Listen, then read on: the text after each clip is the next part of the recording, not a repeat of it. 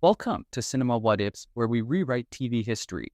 Today, we're tearing up Breaking Bad's iconic finale. What if Walter White didn't go out in a blaze of glory? What if his empire survived? And so did he. Let's dissolve the ending we know and cook up something darker. Picture this. Final showdown in the neo-Nazi compound goes down like in the original. Walter's rigged M60 tears through the room, bodies drop, and he takes a bullet shielding Jesse. The lab's a wreck. Sirens wail in the distance and Walter's bleeding out, or so it seems, but here's where we veer off. Walter doesn't collapse next to his precious lab equipment. Instead, as Jesse scrambles to his feet, Walter grabs a vial from his pocket, something he cooked up as a failsafe. It's a fast-acting compound, a chemical cocktail that mimics death, slows his heart rate, drops his body temp, makes him look like a corpse. He downs it, rasping to Jesse, "Go!" Now, Jesse bolts, thinking Walter is done for. Minutes later, the DEA storms in. They find Walter sprawled out, no pulse, cold to the touch. Hank's former team declares him dead on the scene. They bag him up, pull him to the morgue, and the world thinks Heisenberg's reign is over. But Walter's not dead. Hours later in the morgue, the drug wears off. He wakes up on a slab, disoriented but alive. Using a hidden scalpel he'd palmed during the chaos, classic well-preparedness, he cuts himself free from the body bag. He's weak, wounded, but his mind's racing. He slips out a back exit, stealing a janitor's coat and a beat-up truck from the lot.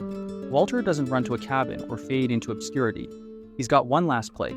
He tracks down Saul Goodman's secret stash, cash and burner phones stashed in a lockbox only he knows about.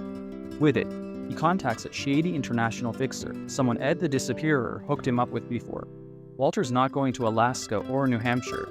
He's headed to Mexico, where the cartels still whisper his name. In a dusty border town, Walter reinvents himself, not as a kingpin, but as a ghost. He shaves his head, grows a scruffy beard, and uses his chemistry genius to cook small, untraceable batches of blue meth. Not for power, but for survival. He's off the grid, a shadow feeding the black market, staying one step ahead of the DEA and the cartels who'd kill for his formula. Here's the kicker. Walter plants evidence back in Albuquerque, fake documents, burner phone records, making it look like he's still alive and taunting the DEA. The agency goes nuts, chasing a phantom while Walter watches from afar, sipping tequila in a cantina. Skylar and the kids get a lifeline, anonymous cash drops, enough to rebuild their lives, sent from a dead man's guilt. But it's not a happy ending. One night, a cartel enforcer spots Walter in a market. Word spreads. The hunter becomes the hunted. The final shot. Walter in a shack, cooking one last batch, as headlights flood the windows, cartel trucks closing in. He lights a match, smirks, and drops it into a vat of chemicals. The screen cuts to black as an explosion rips through the night. So there it is. Walter White didn't die quietly on the lab floor. He cheated death itself, slipping away from the morgue like a phantom escaping its own grave. He traded the cold mountains for the scorching desert, trading one prison for another. He became a ghost, whispering in the shadows of the cartel world, a chemist haunted by his own legend.